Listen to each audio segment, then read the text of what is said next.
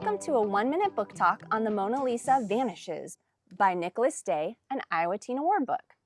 I've said it before and I'll say it again, I am not a fan of nonfiction, but every year the nonfiction books on the Iowa Teen Awards list are just so good. This book is the story of the time that the Mona Lisa painting was stolen from a museum in Paris, and it stayed missing for years.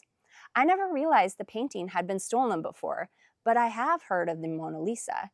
Did you know that a big reason the painting is so famous is because it was stolen in the early 1900s? This book talks about the investigation and forensic science at the time.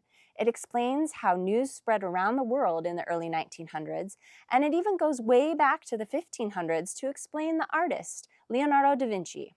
I loved learning about Leonardo da Vinci. He just had to have had ADHD. It was fun to read about his crazy life. He was considered the greatest painter during a time in history thought to have produced the most incredible artists of all of history.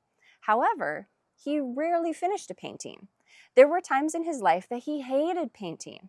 His antics are fun to read about. He would start something, get distracted, and move on to something else. It was well known that he rarely finished anything he was hired to do. I love that this book blended together so many different stories about all the people who were either actually involved in the theft or even just thought to have been involved in the theft. There are plenty of illustrations, and each chapter is nice and short.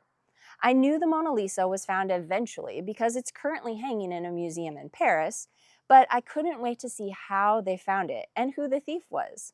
Why did he want to steal that particular painting?